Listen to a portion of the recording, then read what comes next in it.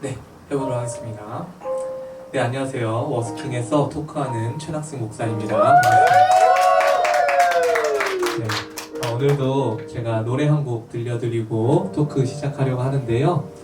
이적의 하늘을 달리다 잠시 들려드리고 시작하도록 하겠습니다.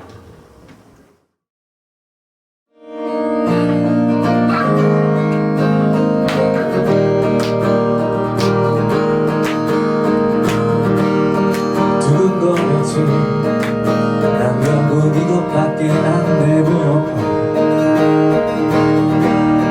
너는 저녁은 공허한 어린 날의 착각 같았지. 자꾸 목이 메어 한몸에 내 이름을 되뇌었을 때 귓가에 울리는 그대의 뜨거운 목소리, 그게 나의 구원이었어. 나는 하늘을 달려 나 그대에게 안길 수만 있으면 내 몸 부서진대도 좋아. 서로 너무 태양 가까이 날아 두 달이 모두 녹아내린다고 해도 내 맘 그대 마음속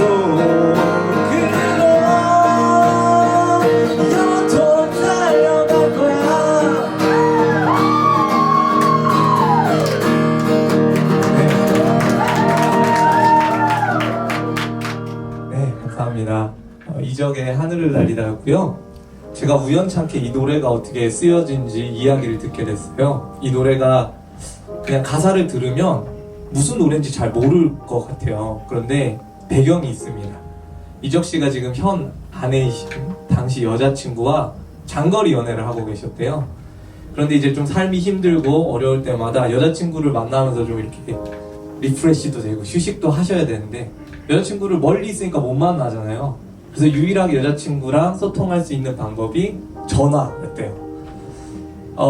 삶이 지치고 힘들고 고단할 때에 그 여자친구의 전화를 받는 순간 자신에게 뭔가 구원처럼 다가왔다, 이런 그 기쁨의 감정을 모티브로 해서 이 노래를 썼다고 해요. 그래서 귓가에 울리는 그대의 목소리, 그게 나의 구원이었어. 이 가사가 무슨 말인지 몰랐는데 이 이야기를 듣고 나니까 알겠더라고요. 그래서 마른 하늘을 달려서 당신한테 갈 수만 있으면 내가 몸이 다 타도 좋겠다, 이런 아주 멋진 가사더라고요. 저 그냥 노래가 좋아서 불렀었는데 아주 멋진 가사였습니다. 이런 기쁨을 담고 있는 그런 노래였어요.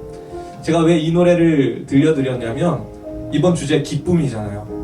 성경에서 말하는 기쁨도 이 노래에 담겨져 있는 기쁨과 굉장히 비슷하다라는 생각을 했어요.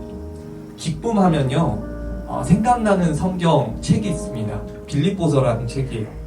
빌립보서는 기쁨의 서신이라는 별명이 있습니다. 근데 굉장히 아이러니한 게 뭐냐면 사도 바울이 감옥에 갇혀 있을 때 썼던 책이에요. 빌립보서는 끊임없이 기뻐하라고 이야기하고 있는데 이상하게도 사도 바울은 전혀 기뻐할 수 없는 상황 가운데 있었다라는 것이죠. 빌립보서 4장 4절 엄청 유명한 말씀이죠. 아까도 잠시 나왔었는데 내가 말하노니 기뻐하라, 내가 말하노니 주 안에서 기뻐하라 라는 말씀이 있습니다. 저희가 리조이스 월시퍼스가 자주 했었죠.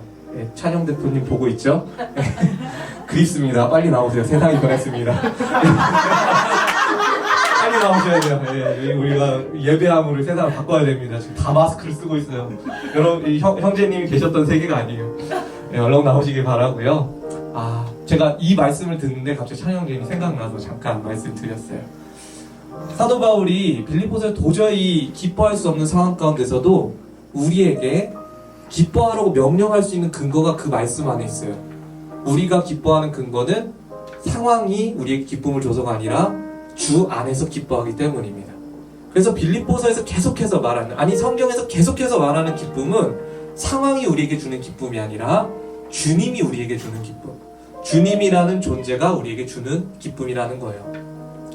존재가 주는 기쁨이 무엇일까 좀 쉽게 설명드리기 위해서 제가 한 예시를 들어드릴게요. 저희 집에 아들 둘이 있습니다. 그런데 아들 둘이 이제 6살, 4살이 됐어요. 이제 키울만 해요. 야, 화장실 가. 그러면 화장실 자기가 알아서 가고요. 기저귀도 안 차고 밥도 자기가 떠먹고 아 이제 살만해요. 처음에 애들 키울 때 너무 힘들었었거든요. 막 정신이 하나도 없어요. 이거 어떻게 해야 되지? 막 이렇게 안고 쌀국수 먹었었던 기억도 있고 막 뭐 너무 정신이 없었어요. 너무너무 힘들었었는데 이제 좀 키울만 하더라고요. 아 이제 드디어 기저귀도 안 사고 물티슈도 안 사고 너무너무 좋다 하고 있는데 갑자기 저희 가정에 셋째가 생겼습니다. 네, 셋째가 생기니까 좋은 일인데 모든 삶이 제가 그동안 쌓아왔던 모든 삶이 다시 6년 전으로 돌아가더라고요. 다시 4년 전으로. 저희 아내는 이제 임신을 해서 누워 있고요. 저희 아내는 입덧이 심하기 때문에 이 한여름에도 이불을 감고 있고 아이들이 어린이집에 다니는 게 그나마 다행이지만 제가 집안일도 해야 되고 양육도 해야 되고 또 사역도 해야 되고 돈도 벌러 다녀야 돼요. 우리 아내가 겪는 고통에 비하면 정말 작은 거긴 한데 그래도 제 삶이 긴장 바짝 하고 몇 주만 버티자 이렇게 생각을 했는데 몇 주 지나니까 지치더라고요. 아 너무 힘들다 어렵다. 그런데 굉장히 재밌는 거는 첫째랑 둘째를 키워보니까 좀 제 안에 변화가 있었어요. 그게 뭐냐면 제가 힘들고 지칠 때마다 뭐 설거지를 하고 뭐 이렇게 정리를 하고 이럴 때마다 그 뱃속 안에 있는 셋째를 생각하면 기뻐요. 이상해요. 첫째 때는 몰랐어요. 얘가 나와서 얼마나 큰 기쁨을 주는지 몰랐는데 셋째가 이제 건강하게만 잘 자라서 나오기만 하면 얼마나 기쁠지 아니까 걔 생각만 해도 기뻐요. 성경에서 말하는 기쁨이 바로 이런 존재가 주는 기쁨입니다.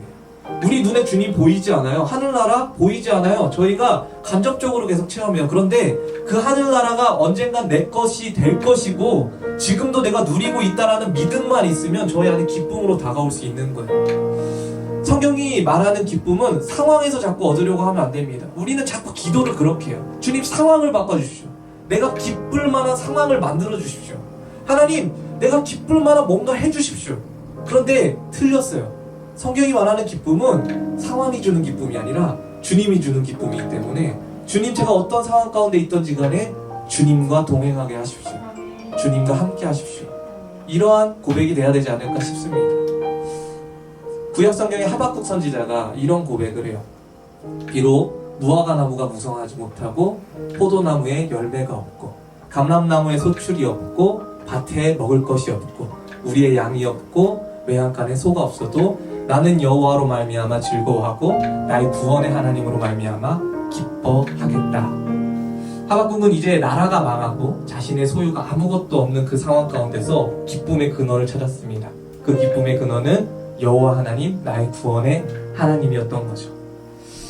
세상이 바뀌고 저희 가운데 기쁨을 주는 상황들은 점점 줄어갈 것 같습니다. 삶은 고되고요. 신앙생활은 더욱더 힘들어지는 상황 가운데서 우리가 잃지 말아야 될 기쁨은 상황이 주는 기쁨이 아니라 주님께서 주시는 기쁨임을 기억하셨으면 좋겠어요. 주께서 우리 가운데 그렇게 세상이 빼앗을 수 없는 그런 기쁨을 보호하시고 늘 공급하시기를 간절히 소망합니다. 들어주셔서 감사합니다.